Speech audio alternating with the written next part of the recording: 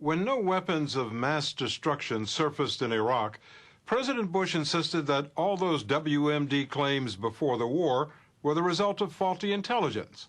But tonight you're going to hear a different view from a former top CIA official, Tyler Drumheller, a 26-year veteran of the agency who's decided to do something CIA officials at his level almost never do: speak out. He says that the real failure was not in the intelligence community, but in the White House. He says he saw how the Bush administration, time and time again, welcomed intelligence that fit the president's determination to go to war and turned a blind eye to intelligence that did not. It just sticks in my craw every time I hear them say it's an intelligence failure. It's intelligence. This was a policy failure. Tyler Drumheller was the CIA's top man in Europe, the head of covert operations there, until he retired a year ago. He says he saw firsthand how the White House promoted intelligence it liked and ignored intelligence it didn't. The idea of going after Iraq was U.S. policy, and it was going to happen one way or the other. Are you saying that it didn't matter to the administration what the intelligence community had to say?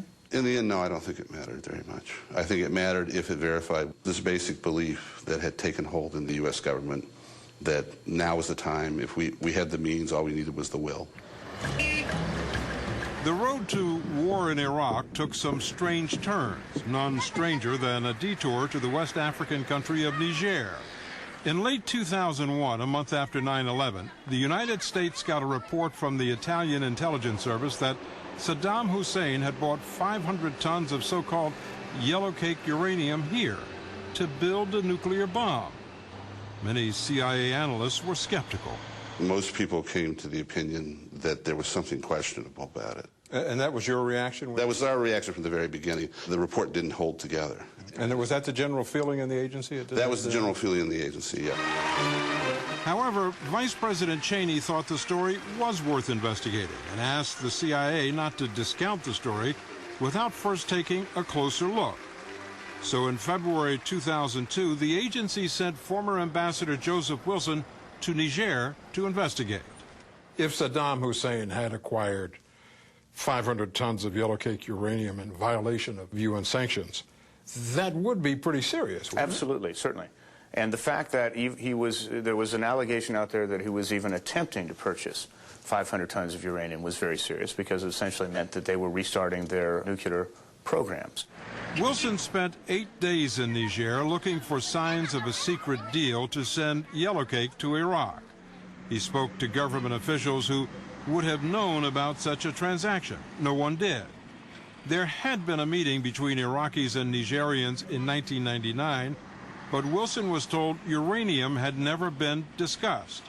He also found no evidence that Iraq had even been interested in buying uranium.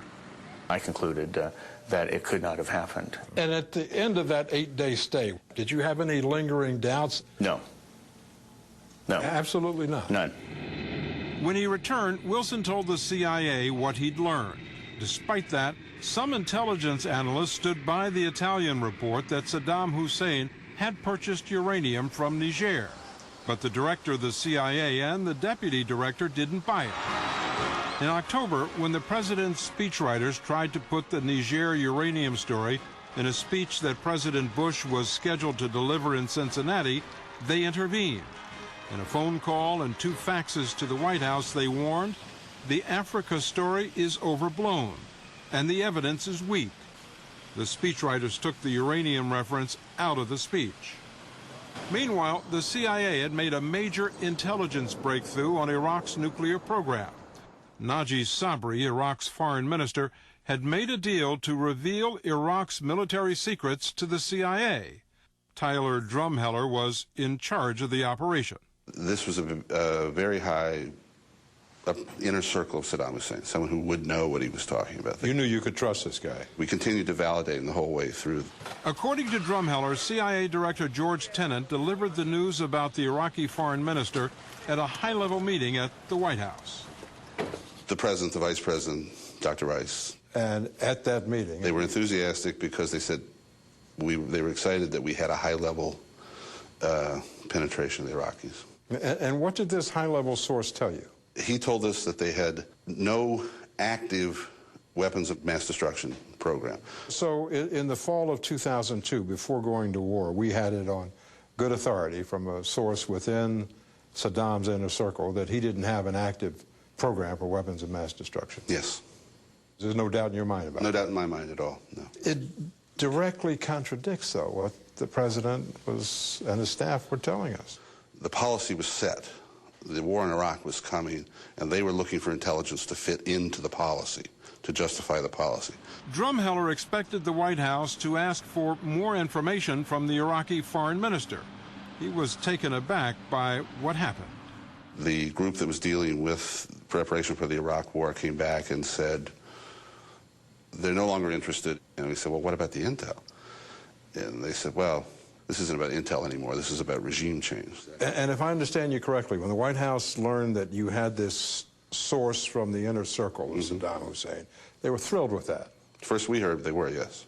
But when they learned what it was that he had to say, that Saddam did not have the capability to wage nuclear war, weapons of mass destruction. The intelligence on Iraq. This was really an attempt to get the government to acknowledge that the 16 words should never have been the State of the Union address. It was as simple as that. If you are going to mislead the American people, and you're caught at it, you got to fess up to it. A day after Wilson's piece appeared, the White House acknowledged the president should not have used the uranium claim.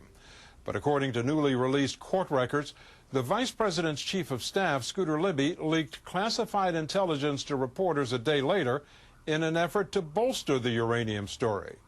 What Scooter Libby didn't tell reporters is that the White House had been warned before the State of the Union speech not to use the Niger uranium claim.